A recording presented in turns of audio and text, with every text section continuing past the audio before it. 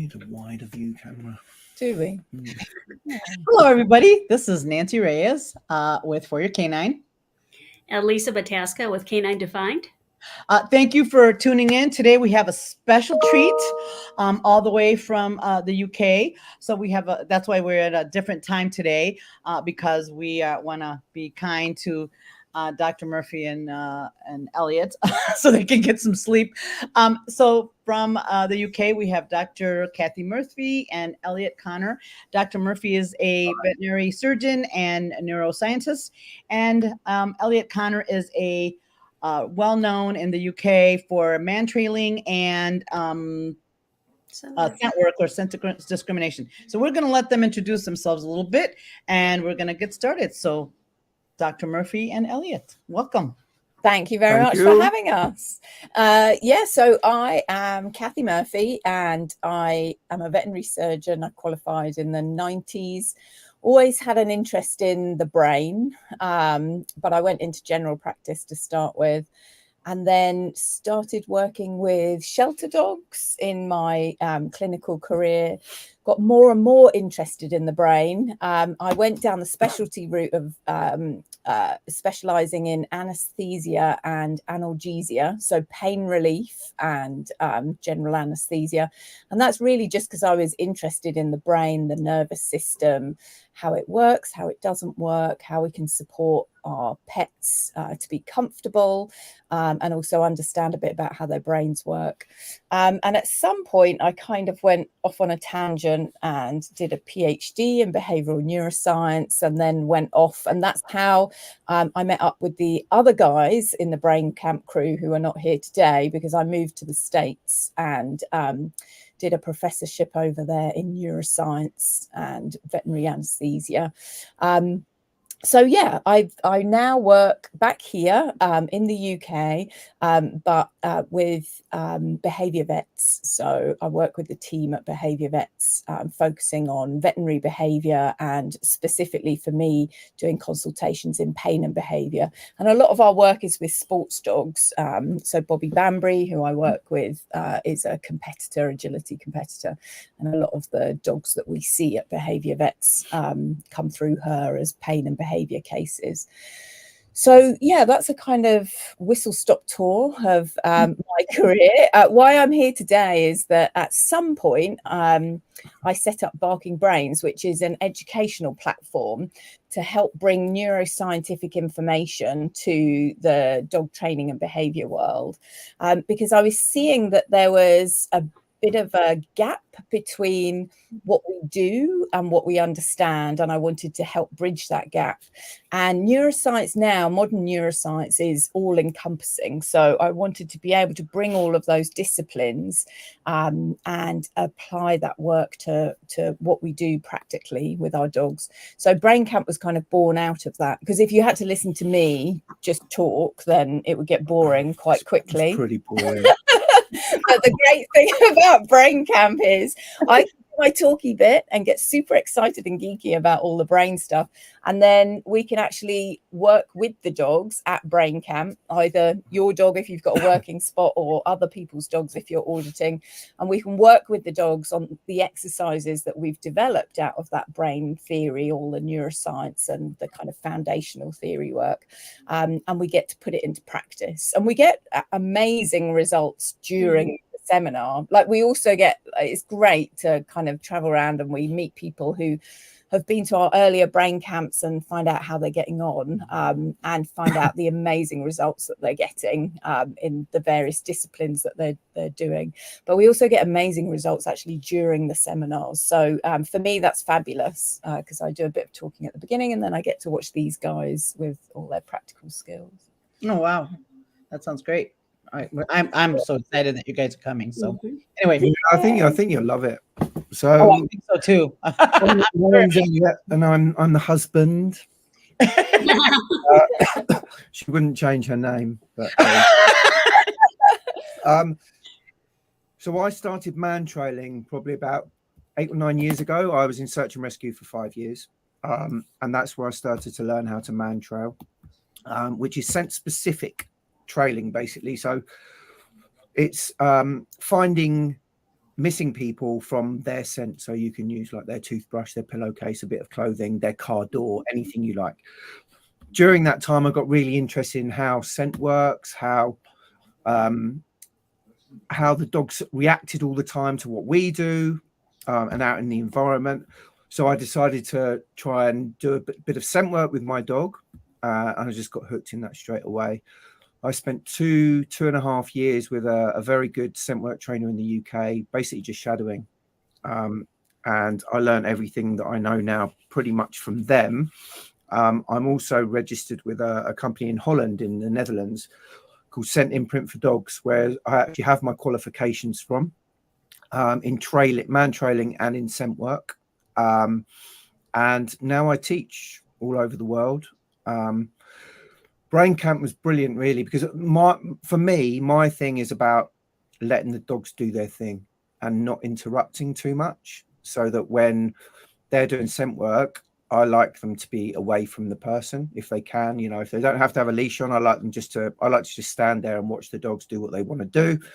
And that's really good for me. So listening to Kathy at Brain Camp and the other two, Bobby and Tracy, I started to realize what was going on in the dog's brain, and how giving them that space is the best thing for the dog, so that they don't have any pressure. Well, I'm all about not pressuring the dog to do anything, basically, and trying to guide the dog to do its own thing.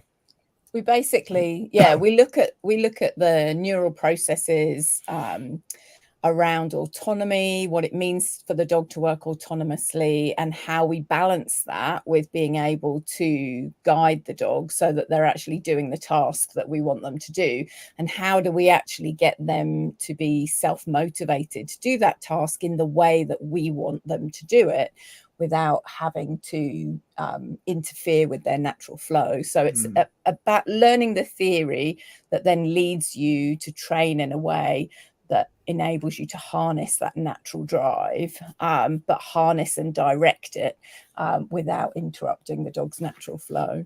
So that's really interesting. With I know it's scent work, it's easier to do that because, you know, in scent work, you give them a search cue, and if they know their job, it's easy to let them kind of go and do that thing. In agility, they still have to, you know, work with you. So they have, I don't know, I would say less autonomy ish, because they have to still do what you tell them, versus in scent work, we really are, it's Directed. a little different, right? Because in scent work, they are more independent, if you will, and they are able to just do their own, you know. Yeah. I mean, they definitely have less autonomy in sports like agility, because you have to sort of tell them, you know, you can't just put a dog on a course and expect it to know the course. I mean, I don't do agility, but I look at these courses and think, how the hell does anyone remember what's going on? Let alone if you just let a dog go on the start line with pure autonomy, you know, you're not going to get anywhere. But the games that we've sort of developed for basically sports dogs, so it covers all of the sports dogs, all these little games that we can do to make the dogs do better at their sports. We've developed that they're not specifically for each subject, especially the puppy day. They get all the instructors, so all the different sports, but the games are for all the different sports. On the adult days, there is more, like my games will be more towards scent work, and obviously Tracy and Bobby's will be more towards agility. And one of the interesting things is we explore that whole question about different sports and what skills are required for different sports. And if you look at agility is definitely less autonomy than scent work, because, you know, like as Elliot said, you can't show them a course map and then just let them go. But what's going on in their brain is also different, because when they're doing scent work, which is very natural, right? Because they are following a scent. It's actually, man trailing is, you know, one of the most natural ways to actually engage in a prolonged olfaction. So their attentional processing is just focused on the olfactory cue, and they navigate through the environment. And actually the skill for them is in being able to ignore the other environmental cues. So if they come across coyote, scat, or, you know, whatever it is that's delicious and lovely, the skill there is about, okay, I'm staying on my man trail, you know, I'm going to stay on that scent. I'm going to remain selectively focused on that scent and then just ignore the other scents. Within agility, it's more complex, right? Because they're having to take visual cues from you. They're also having to take auditory cues from you. They can't watch you the whole time because they have to navigate the course. Whilst they're listening to you and watching your body language and taking cues from your body language, they have to avoid the obstacles, i.e. not knock the jumps down and not, you know, knock the wings over and go through the tunnels correctly, etc. And they have to balance. So there's a lot of proprioceptive control and also, you know, managing their acceleration and deceleration to be able to predict what's needed for the next obstacle. So the attentional processing for agility is phenomenally complex, and they're doing all of that extremely quickly. I mean, it's more complex than flyball. Flyball is unbelievably quick. Like how quick those dogs move is just phenomenal. And the motor precision required is phenomenal. But in agility, even though they're not completing their course within the same sort of time, they're actually completing a lot of complex movements and attentional switching in their brain between focusing on visual attention, auditory attention, proprioceptive attention, etc. And we unpack that in Brain Camp. So we unpack it in the talks that we're doing and then describe to participants how we develop these exercises and how these exercises will support the dogs going forward into their careers. So it's not just about, you know, like you called it a game. Yes, we're going to be doing games and it's going to be fun. Like we will have fun. We always yeah, I usually get the giggles at some point. Elliot and I usually have a marital dispute at some point. You know, it's very entertaining. So we will definitely have fun. Sometimes we don't even talk to each other for the whole weekend. But really what we're doing is we're building foundations in that seminar that you know the participants can then take and run with, so that they're building those neurobiological pathways that are going to help support the dog to be able to flourish in whatever sport they do. So it's very slightly tweaked for each of those disciplines, because the neurobiology that is going on in the dog's head for each of those disciplines is different.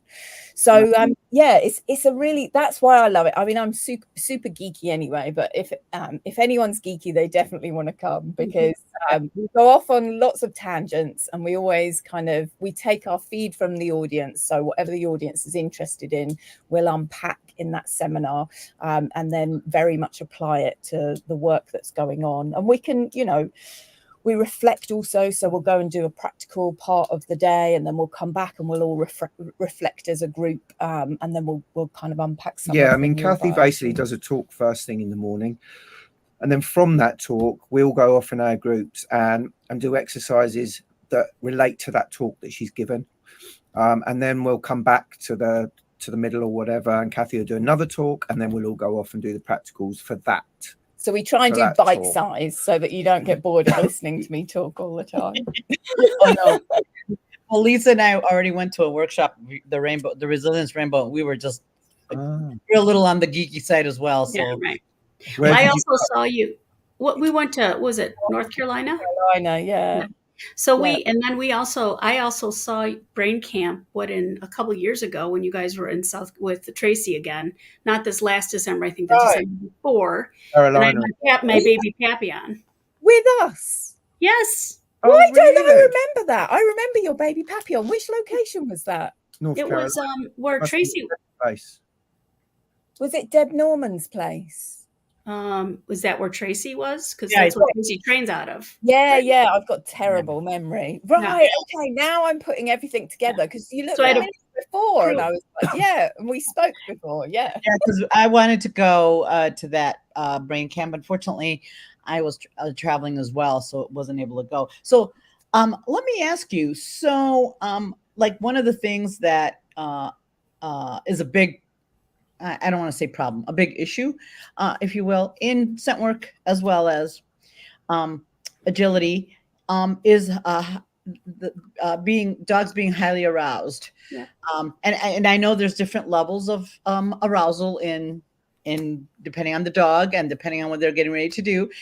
And listening to you mention about how in agility they have to switch from auditory to visual to the whole thing.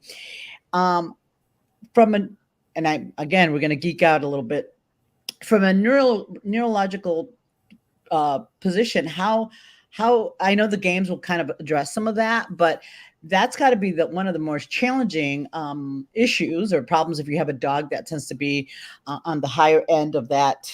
And you can imagine many of the agility dogs are.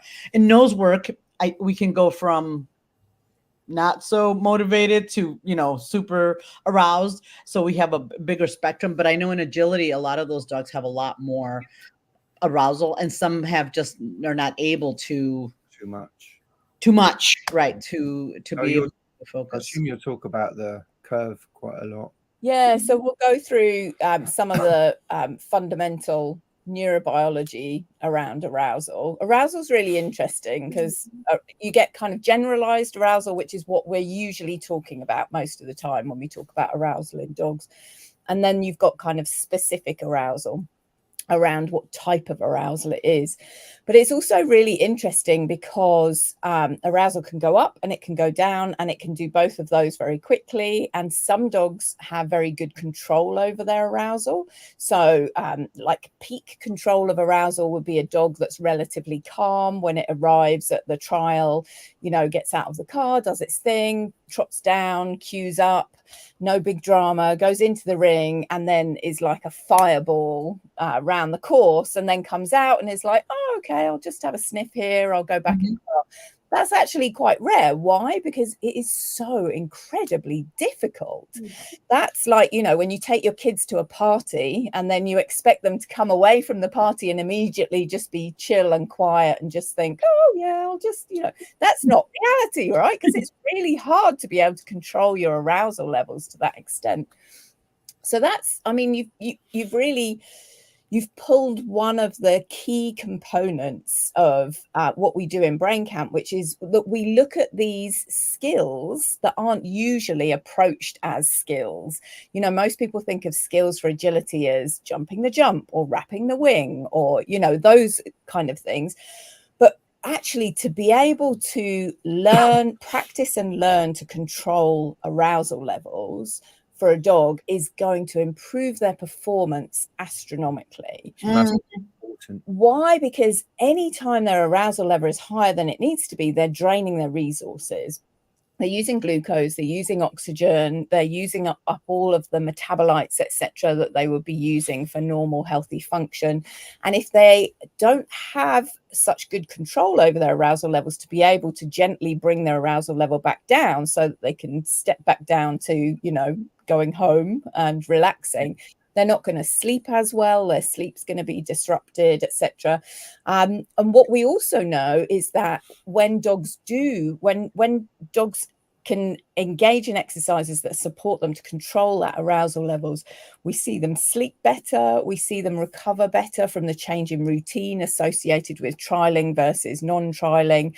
And we see their general well-being improve such that their resilience improves. And they can then therefore relax more in a trial environment. They can therefore have more of their focus and attentional load, so that amount of bandwidth, if you like, in their brain focused on the task in hand and less likely to be drained by what's going on around them. So arousal is absolutely, or control over arousal is absolutely key to the success of performance dogs. And we do have exercises that bring arousal up and bring arousal down, because some dogs aren't aroused at all when they go in there, right? Especially for scent work and because it's low energy. You need to bring their arousal up before they even start, but we have exercise to do that. And if they're too aroused, we have exercise to bring it down. So all these things can be worked on at home, but also sometimes just before the trial. So you get the dog out of the car, you can do a few exercises with it, and you can lower and raise the arousal to how you want it. so that they're much more concentrating in the ring. And that's one thing that we spotted. I think that's one of the motivations for Brain Camp, is that, you know, those exercises that we do out in the world are more and more common now for pet dogs that are struggling with arousal levels. But we were seeing that there was this kind of gap, if you like, in the performance dog world, and that still we had a lot of dogs that were kind of doing amazing work at home, amazing practice, amazing preparation. But then it's almost like, okay, now we're going to trial, and there's no support there between leaving the house and actually getting in the ring. And so that by the time they get in the ring, there's already missed opportunity. And we wanted to be able to say, we can give you tools that you can utilize, and you can modify, you know, which tools you choose, which exercises you choose, how you use them. We can give you lots of different tweaks and tips and tricks and all of those things, so that really by the end of Brain Camp, you are leaving with a very individualized plan for how you're going to bridge that gap and how you're going to make sure that everything else that goes into performance, you know, high performance levels, is catered for. And if you speak to athletes, you know, athletes will tell you, sure, I'm going to learn to jump the hurdles and I'm going to practice, you know, doing that with precision. But actually, the vast majority of their time off the track is spent preparing for their, you know, improving their resilience, exercises to bring their arousal levels up and down so that they get that arousal control. You know, all of those things are what go into preparing them for on the day having the best performance. So that's kind of what Brain Camp is designed around, is filling in those gaps. So let me ask you another question. And Lisa, if you have one, jump in. I had another question. So a lot of and a couple of the people who have already signed up for Brain Camp will be there. So some of the dogs are very, very sensitive to the handler's emotional situation during trials, right? Specifically in agility, it's a little easier to manage, if you will, because the time in that sport is short, right? Hopefully, once they start, they're done in 45 seconds. So the handler is going to probably be more focused on something else. They're not going to be fretting as much, if you will. But in nose work, the search times are much longer. Yeah. So a lot more where the handler can get worried or stressed or whatever. And then sometimes the dogs, depending on how sensitive the dog is, picks up on that and is like, you're kind of being weird. I can't. Yeah, what are you doing? It's like any dog training, isn't it? You can train your dog at home and it's all perfect, and as soon as you go out into a competition environment, you fall apart. So I suggest diazepam. Good. We can certainly help with that sort of thing. It's just about trying to keep the same mindset basically that you do at home. Don't, you know, it's trying not to go to trials thinking of them as trials. Like whatever I teach my students, it's always, wherever you go to, it's training, right? And you do find that they will relax a little bit more. But I know some people are always going to be, it's like taking an exam. Some people are always going to be nervous doing it, but we can definitely help the dogs to get through it. Yeah. And one thing we go through is why it's illogical to keep everything perfectly calm at home when you're practicing, because actually you will have nerves on the day in the trial. And if you've got a really sensitive dog, one of the things that's really useful is to build a level of either resilience and or tolerance for the fact that you're now acting weird. Because it is like you said, Nancy, you know, the dog's in there like going, what? It wasn't like this at home. And we can do that by actually simulating some of that excitement back at home. And so we talk about that during Brain Camp. How can we do that? Because we can't exactly simulate the trial environment. But what sorts of things can we do that might help simulate what the dog is going to experience on trial day, so that when they get to trial day, they're just like, oh yeah, this is a bit like like at home when you're acting weird at home. And we've got various different games that we can do with the dogs to kind of help mix it up at home, so that you're moving from, you know, you don't do this initially when you're first starting out with a very inexperienced dog. You get your foundations in, make sure that you've got your, you know, relationship foundations, all of the foundations that we go through on day one, which is puppies and adolescent dogs, about how to support their resilience and how to have them, you know, controlling their arousal levels, etc. But as soon as we've got those foundations in with some foundational skills for whatever discipline they're doing, then we can start mixing it up and making it a little bit less predictable, and you know, start doing things that will bring our arousal levels up, bring our anxiety levels up, so that we're simulating that trial environment at home, and then the jump between at home and trial becomes less. And that's relatively controversial, because people say, you know, shouldn't you just practice being perfect at home? Well, how does that go? For some dogs, they can cope with that. But for those dogs that can't cope with that because it's too starkly different between home and trial, then the only way we're going to be able to do that is to very carefully and purposefully create some of that anxiety at home and practice being amazingly good in that at-home environment under those conditions, and how to mix it up and make it less predictable. Because the other thing about trial environments is not only us that are acting weird, right? They also have to deal with the fact that, oh, you know, there are these strange dogs around, and, you know, for some dogs they take that in their stride and they're like, yeah, just another trial. Yeah, exactly. But some dogs, you know, are not, and they're like watching everything, and they're not sure, you know, where their attention should go. And apart from anything else, even if that isn't showing in their performance in the ring, it's definitely draining their energy. And one of the things we want to be able to do is have them utilize the least amount of energy to be their best selves at trials. So, And so, you know, that brings me to and I don't know if it's true, because I haven't I've gone to Asia. I have not gone to the UK,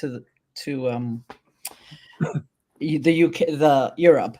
But one of the issues we're having here is a lot of the dogs for most of our sports have to be in a crate. They have to be crated so they can rest and all that. And usually, if people train it early on, the dogs usually have really no issue being able to go in there and relax and rest and everything else.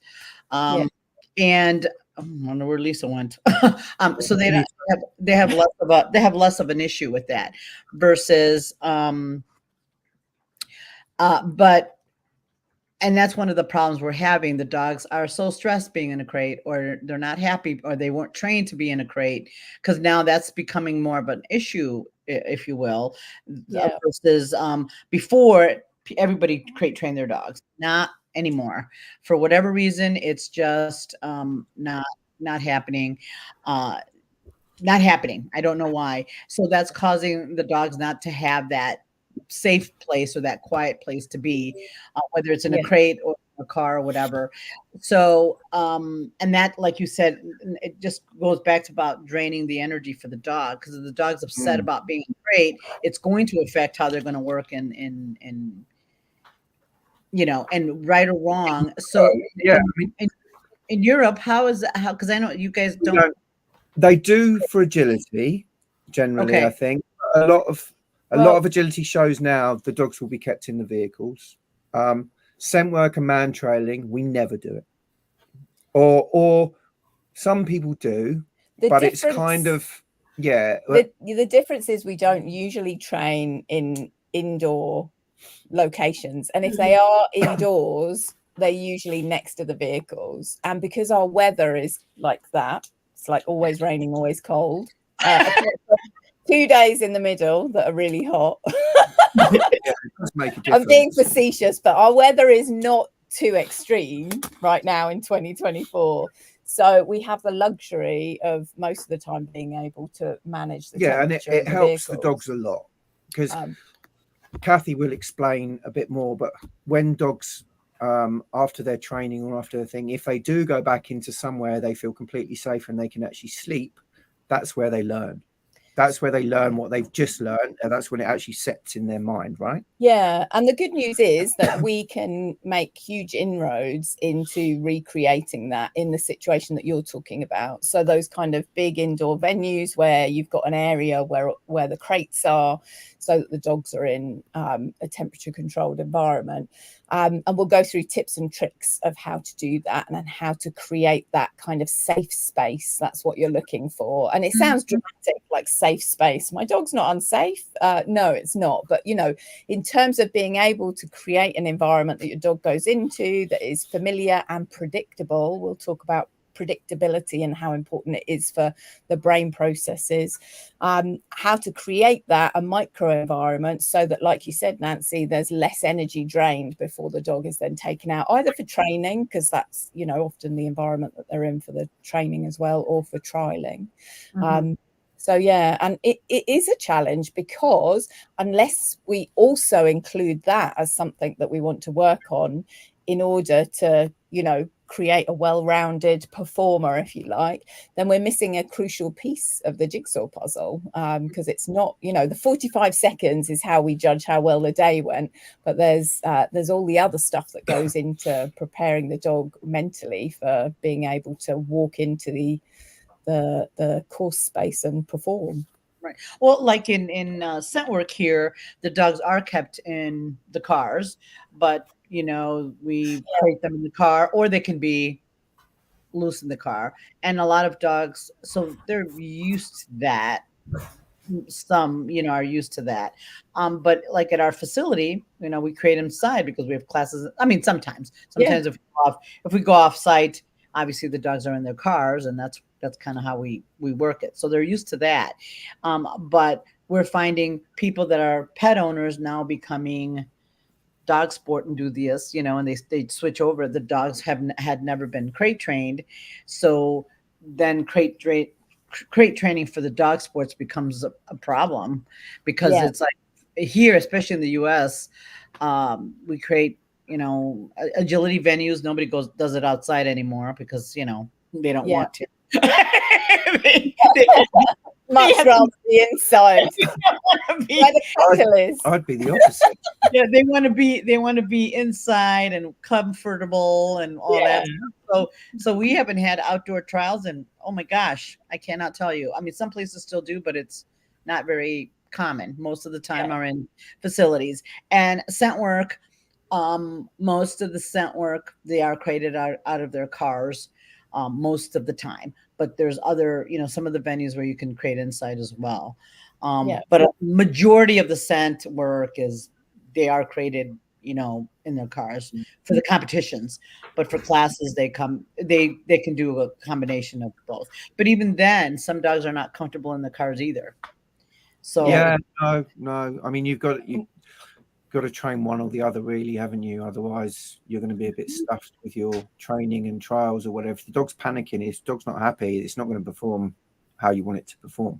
And as Elliot said, we'll go through some of the neurobiology that's relevant to this in terms of sleep and rest, and what good quality sleep and rest looks like, and how we can set things up so that we can make the most of that.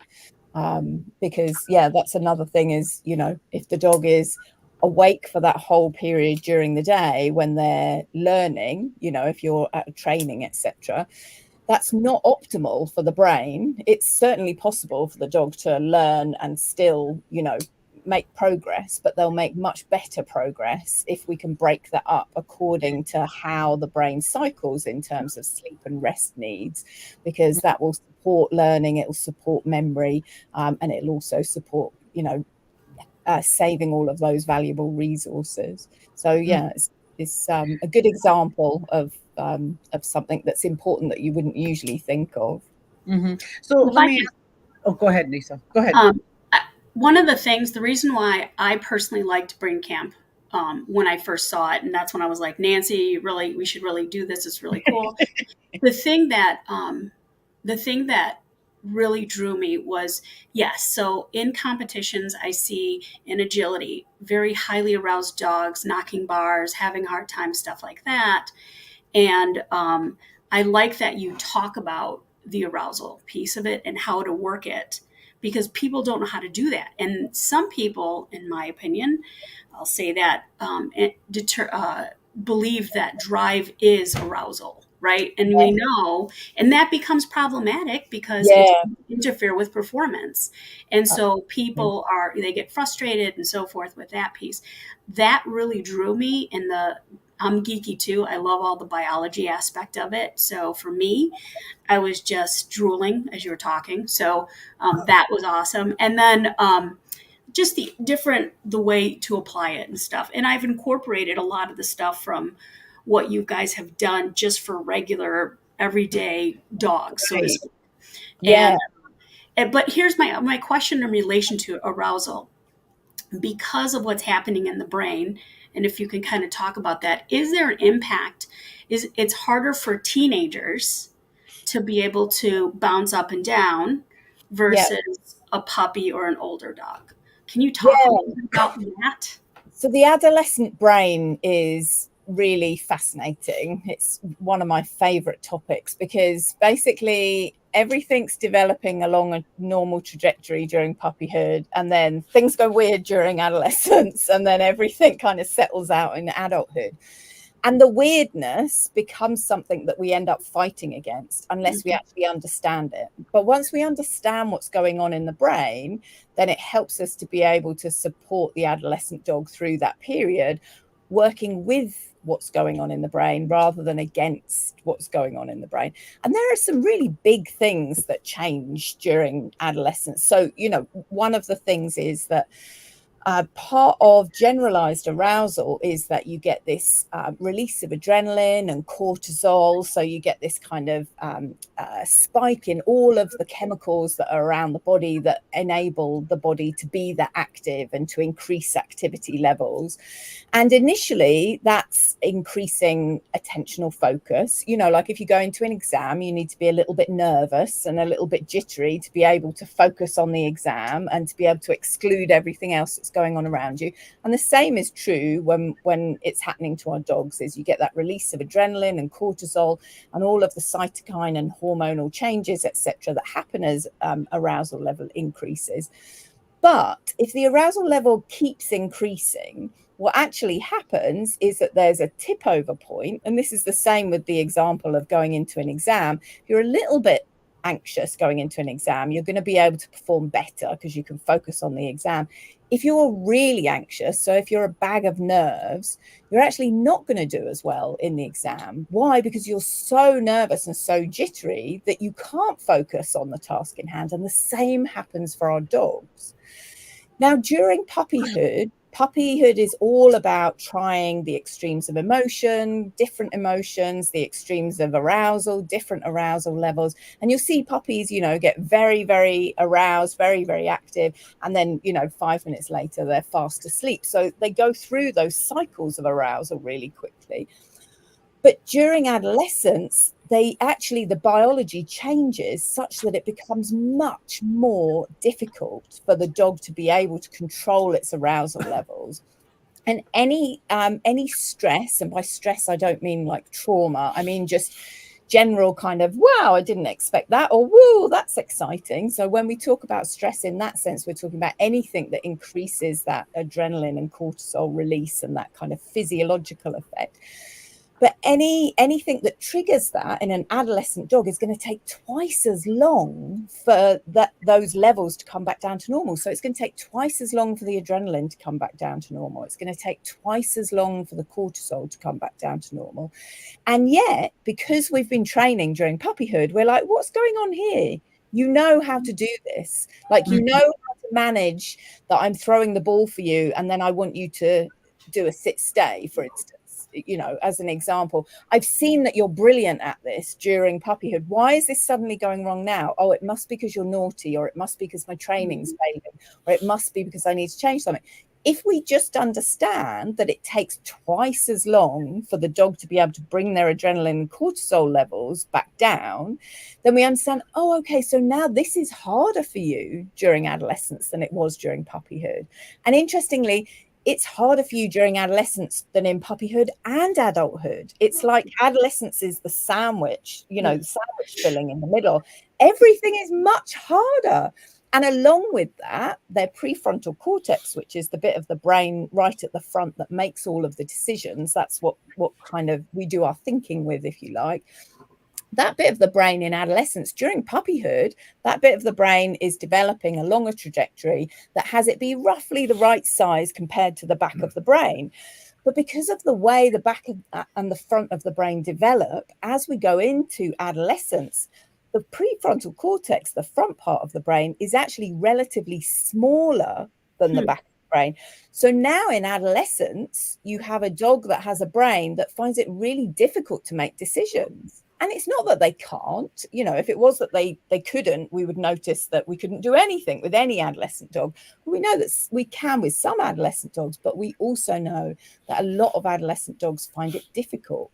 Why? Because they could easily make the right decision during puppyhood, but now during adolescence, it's much harder to be able to make decisions and take control of those emotional responses. And also on a what people get when they have adolescent dogs, and they think, oh, you can't do this and you're not doing it properly, they tend to train more.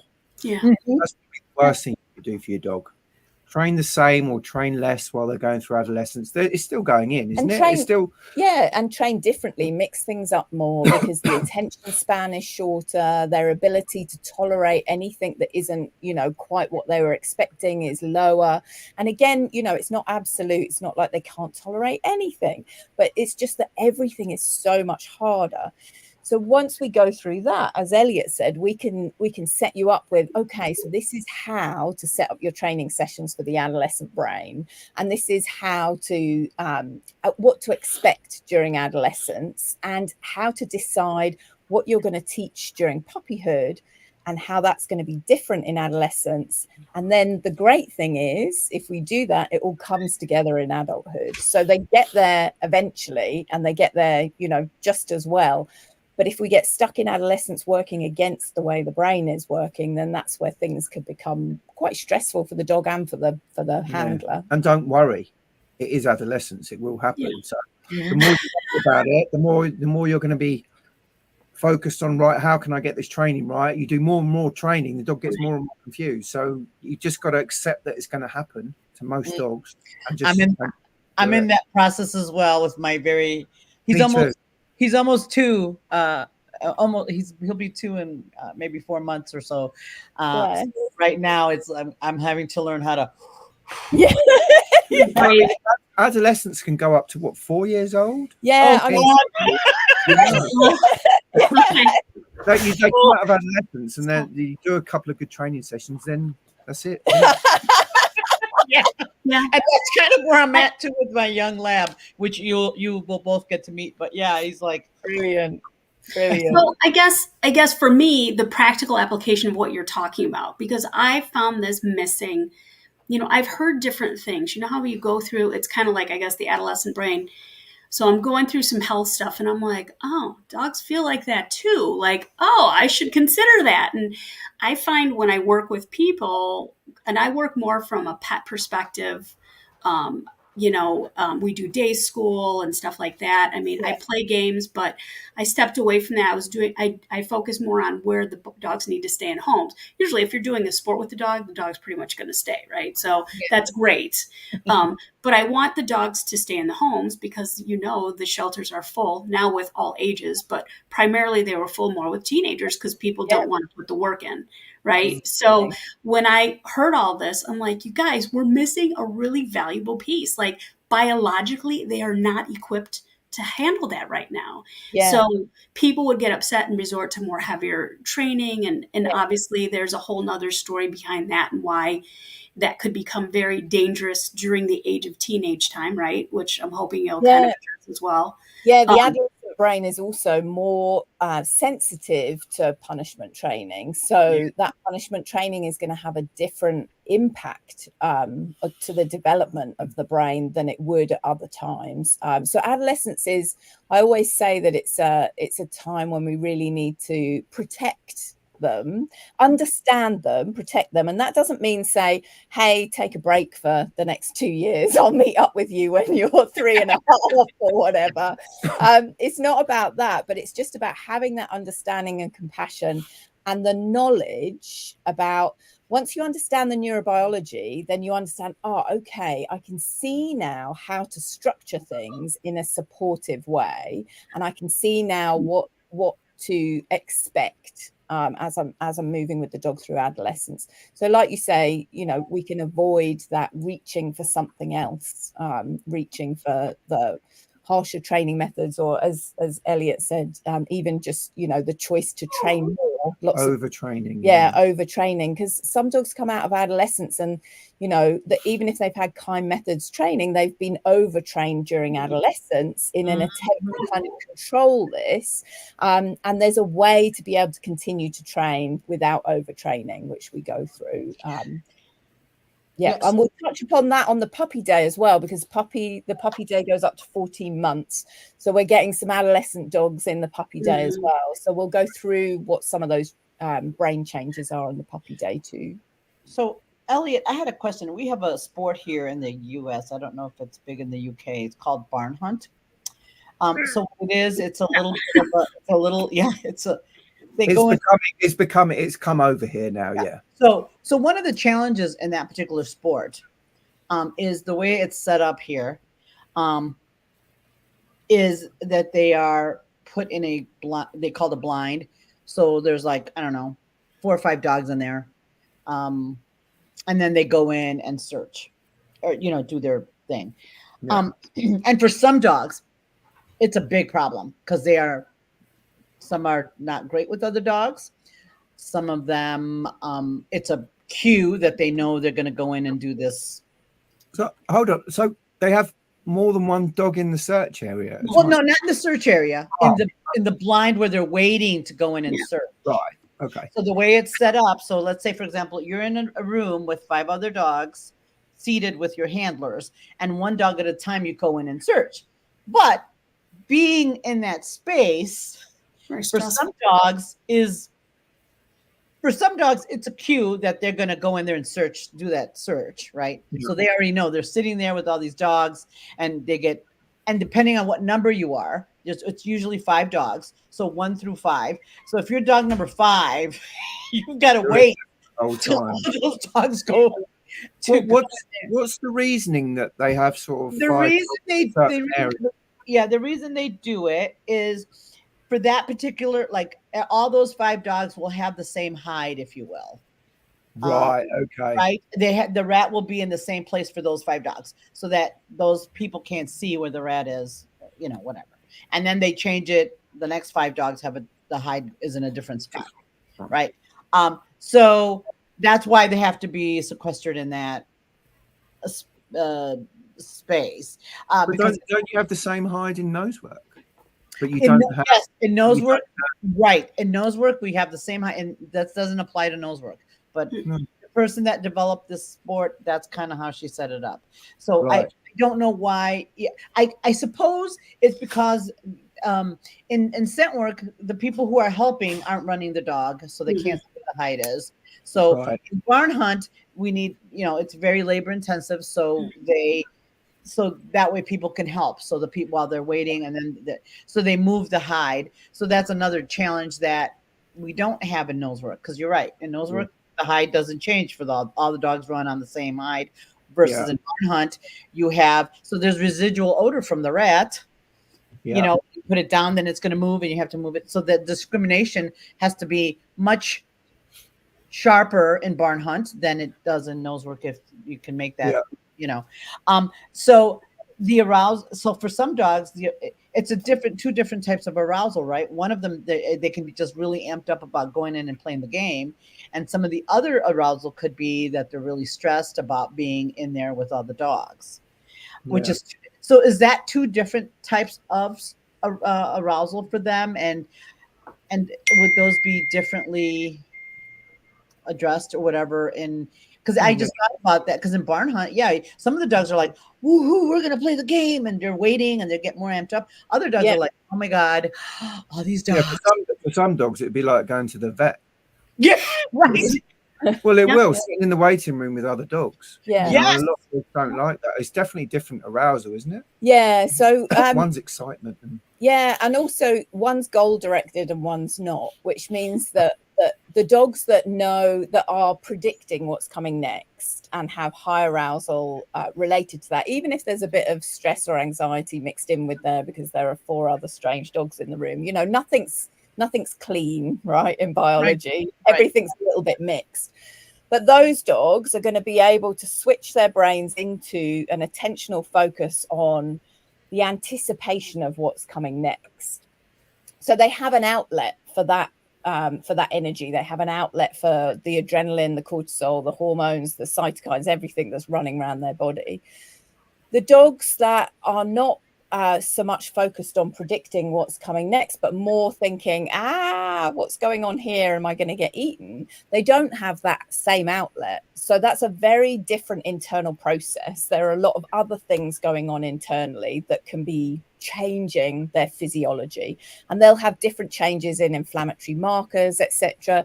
They may well have different levels of amping up and damping down parts of their nervous system, etc. So their experience and how they feel will be very different. So yeah, that's really interesting. I actually didn't know that either. No, I didn't about realise the holding pen, if you like. So Yeah. that's another aspect then that we can include in the brain camp if we have people that are coming for the scent track that are interested in barn hunt, because then we can go through what those differences are and we can include that in how would you support your dog in managing that, because there are ways that we can support the dog in managing that. For instance, we can go through a toolbox of exercises that you can do with your dog while you're waiting in that area that give them an outlet for that anxiety and that anticipation, etc., so that they don't have the same internal state changes. So they've got that outlet, and then they're going into the barn hunt ready to go. So yeah, it's really interesting. It is interesting because in scent work, it's, you know, it's not like it's not like Yeah. that.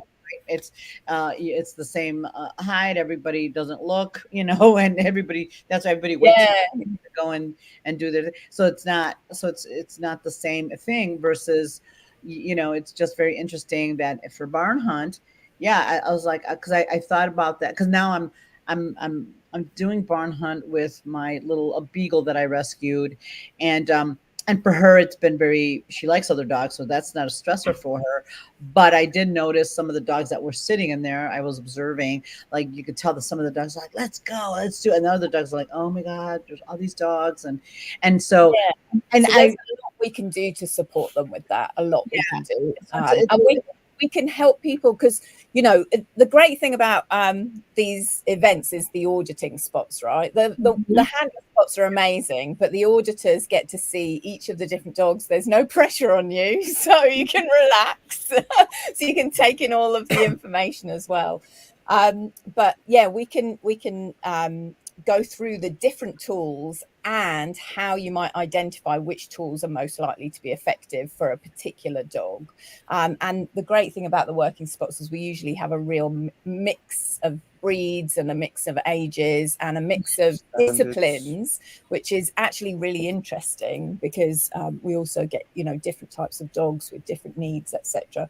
So the auditors will get to see kind of each of those, and we can have discussions around each of their individual needs. Yeah, because I was thinking about that. I was like, because you know, in barn hunt, I know I see now that I'm actively doing it. I thought about that. I'm like, because in nose work, you know, a lot of the stressors before the sniffing part is being in the car or whatever, and people dealing with some of that, right?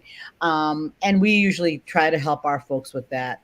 But in barn hunt, that's very specific to that particular sport, and I've seen both of those pieces, how that works for each dog. So I thought that was I was like, oh. I wanted to, when you guys come, I definitely, or Elliot, maybe address that a little bit in that, because I don't know if we have anybody. I think we have some people who do all this, you know, do barn hunt as well, and and I think that would be a really interesting, because that's different than any, right? Yeah. Like, the whole Yeah. Totally. it's like going. You're right, Elliot. Perfect. You'll also have all those people, those 5 people in there, are probably quite nervous. Yes. So you have the nervous energy in the room as well, which dogs obviously we know pick up on that sort of thing as well. So that whole, that's quite a stressful situation, I think, for a dog. It's quite an intense social situation as well, in terms of what's going on socially. And we all know that, most strangers feel mildly uncomfortable if they're in a room with other strangers, right? As humans, we're not the best at being able to sit in those situations and be completely chilled. So there's a lot going on that our dogs will be aware of and that our dogs are processing. They're socially processing all of that information. And one way around that is to redirect that. And we can go through, some of the exercises that would be suitable for redirecting that you can practice outside of that environment and then utilize when you get there, so that there's some familiarity and predictability around that part of the experience. Yeah. So I have a question for, sorry, Nance. I had a question for Elliot. When I first saw you, I think it was your first time you guys did the brain camp. Because the first one was supposed to go as virtual, and then we did that one. So my question to you is, in Europe, what is the equivalent or similar sport? Because I know you had mentioned that, and I was just kind of curious about that sport, just because, like in the US, there are some super high competitive sports, right? And then there's other venues, I should say, within the sports that are a little more lenient, I want to say, or helpful, conducive to both the learner, the handler, and the dog. And I like those sports to have that or I like those particular sports. So if I have a venue that has a way of a transition to something, so I'm curious, in Europe, what kind of things are you doing in terms of scent work? What kind of things? Or venues or what have you, the sport called. It's quite similar. It's quite similar to the States. I must admit that over in Europe, we do teach it slightly differently. So whoever comes to Brain Camp or to see me will notice certain changes. And we do have trials, but our trials, there's only one trial like most of the trials in the States, where everything's about time. But there's 3 or 4 other companies over here that do trials, and it's not about time. I mean, you have a certain amount of time to search to find the odor, but it doesn't come into your placings. So what I feel that does is allow everyone to relax a little bit more. And I see some good skills from handlers, because handlers aren't just, right, okay, we've got to do this as quick as possible. So corners get cut sometimes and things get missed and things like that. And the trials that we do, where, for instance, if a trial lasts 5 minutes, if a search lasts 5 minutes over here, the trials that I teach and judge for, we probably take 10 minutes after each run to write down to the person information about what we saw in that trial. So it gives them something to go home with and to practice. I'm fine. I do teach a few people in the States online, and they're doing very well at NACSW. Is that what it's called, NACSW? Yeah, that's right. But I had to change my training to try to make sure they get that their times are good. Because if your times aren't good, you're never going to get anywhere. So what I did was I taught accuracy rather than anything else. In the maybe NW1 and NW2, they are coming mid-table, but as it gets harder and harder, the accuracy is helping them out. So they get faster times because they're accurate and because the person knows exactly when that dog is in odor or it hits the odor.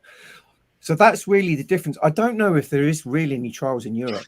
There's trials in the UK. It's worth pointing out that focus on accuracy rather than time, as you said, in the earlier levels, they're going to come mid-table, but actually they're getting, I don't remember the language of it, but your students are getting those reports. Oh, they're getting pronounced on all the searches. Yeah. Nice. And one of my students has just done her NW2 and she came first. And my other student just did her NW1 and came second. And that also the trials that you have over there have way more dogs because we have to take more time in judging. Yeah. Like 15 minutes for a dog, you only maybe get 20 dogs in a day. So it's a lot more kind of relaxed, I guess. And I think like one thing I've seen through your students in the States is that what it means is you've got the structure that's already there, the NACSW. And if you want to do scent work, that in the States right now is going to be the avenue you're going to go, right? Because it's got the most trials. AKC, yeah. Most trials. AKC, and AKC does too. Yeah. So you can take the same structure that's there and be incredibly successful, but you have to be a little bit more patient. So again, it comes back to understanding what's going on in the dog's brain, what you're building between you and the handler, because Elliot goes through that with his students and he explains, you know, you're going to come mid-table for the lower levels. And the reason is because some people are just going to go in there and be super lucky, right? The dog's just going to accidentally come across the other and they're going to win.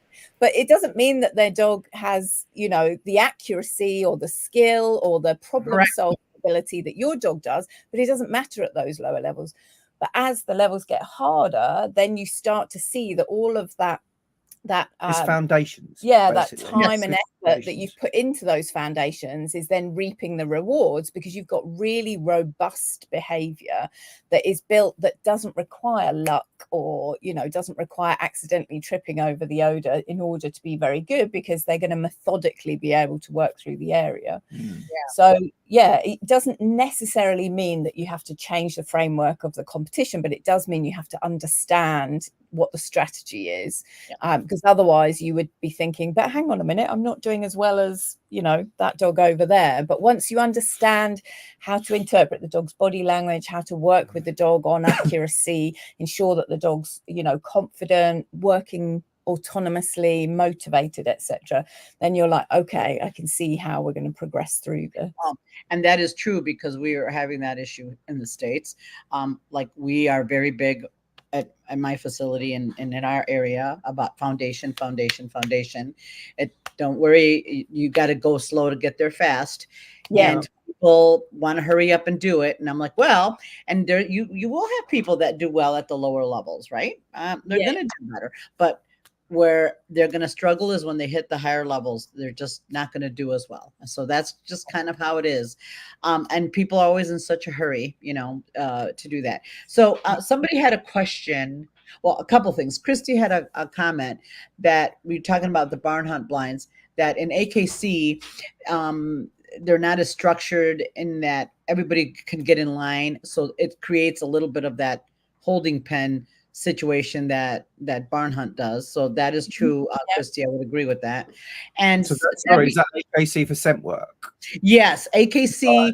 The dogs are out and they sometimes line up, you know, 3 or 4 deep. And NACSW, that's not how we do it. That doesn't work like that. But in AKC, that's exactly how it is in some places. So then it creates, not all of the trials are like that, but some of them are, which creates that holding pen stress situation. So it would be definitely good to talk about that at Brain Camp. And Debbie said that, so the trials in Europe are more subjectively judged. Would that be a... Yeah, I would say they're more kind of operational style trials. Does that make sense? So they're more like, we don't generally have a trial in a hall. We'll generally have a trial in maybe a castle, or, you know, it's as if the dogs may be working. It's as if the dogs are maybe working rather than a kind of competition, if you see what I mean. Yeah. And we're much more subjective, and we always have 2 judges, and those judges talk to each other at the end, and we go through a big list of like, what was the handler like, what was the dog like, how did they find, was it good indication, was this, and there's 10 or 11 different things, and you write comments for each one, and you score each one as well, so everything's out of 100, so you get sort of 10 for each one. And yeah, it's there's one company, the company that started up oak trials over here years and years ago, who do it like that you do in the States, which is everything's timed, but it's sort of changed. Much easier. That's essentially why it's set up that way, because it's just so much clearer. It's so much more objective. The question is whether it's actually ordering according to skill. That's the problem. So you either plump for something that's very much easier to judge, but then, you know, are you judging what you should be judging? Well, for instance, if you've got a very old dog doing a trial and you've got a 2-year-old whippet doing a trial, the whippet's probably going to get round faster, right? Oh, sure. Yeah. Is that fair to the older dog? I mean, I know there are trials for older dogs anyway, Yeah. but this is what it's. It's over here. It's just a bit more. I don't know. Well, it's an attempt to quantify from the different scores. Skill, so yeah. to look at the different aspects of what it takes to be a really great partnership in scent work, and then to break that down. And it's transparent, so none of it is, you know, secret squirrel. That's why you get, you know, the copious notes at the end of the trial, is to make sure that all of that is transparent. So you can see how you scored. You know, if you're 7 out of 10, it goes through exactly why it's 7 out of 10. So it's an attempt to quantify based on the. It was also an attempt to give people something to go away with, right? So you've done this trial, you did really great, but this section, this bit, and this bit, maybe you need to go and do a little bit of work on. So we'll tell you that. We'll say, you know, you weren't quite as good at this bit as you were at that bit, so maybe it's something you can work on. So it gives them a bit of knowledge to go away with and something to work on until the next trial. Which is pretty awesome. You can't have as many dogs, and I know in the States people have got. One of my students at the moment is on a waiting list for an NW2. She's number 30. Oh yeah, I mean, that's common. And then at the higher level, we don't have that. Yeah, at the higher levels, we have, you know, our elite. You know, our wait list can be up to 100. Right. I mean, the NW3 is quite a crazy one, where you have to win, or you have to pass it 3 times before you can go up and stuff. And and the wait list for those, and people are taking 4 or 5 years to get it because the wait is so long they can't get into the trials. Right. And we, you know, and hosting trials is challenging because we have to get in novel spaces, right? You know, you can't, like at AKC, you can do it at our, like a training facility, like my training facility. We do trials there all the time, but NACSW, we can't do that. You know, we have to find a location and a place and all that jazz. It's a challenge. It just becomes a little more complicated, and it's a lot of work to do them. So, but there's more and more people jumping on and doing them, so that, you know, hopefully. That's good. But the thing is, one of the great things about all these dog sports is you get to, you know, and that's kind of what I'm big on, is having a relationship with the dog and doing something together, and it just adds to our lives as well as theirs, right? Hopefully in a very positive way. So we're coming up to the end, and I know it's late over there for you guys. So just for all of you that are out there, Brain Camp is going to be at Warrior Canine in Elmhurst, Illinois, July 19th through the 21st. So the first day is the puppy/adolescent day. That's a 1 day. That they're going to go over all the great stuff that Dr. Murphy spoke about. And then the next 2 days, you can sign up for agility or scent work, even though we could probably take a couple more for scent work, but that's full. And there, that's a 2 day. I'm going to put the link in the chat so you guys can.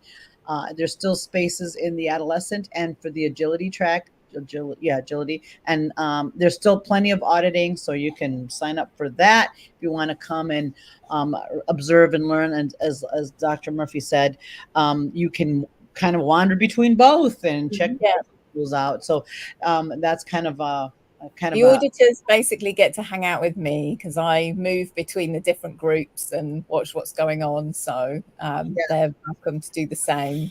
We're trying to sell spaces.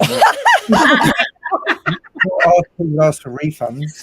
I think ultimately, if you're looking for information on why you're having trouble, especially with your teenagers and how it seemed that I would highly recommend it. I think it's something that's missing in training. And when I saw Dr. Kathy Murphy before, I was just like, just wanting more, right, to understand it better.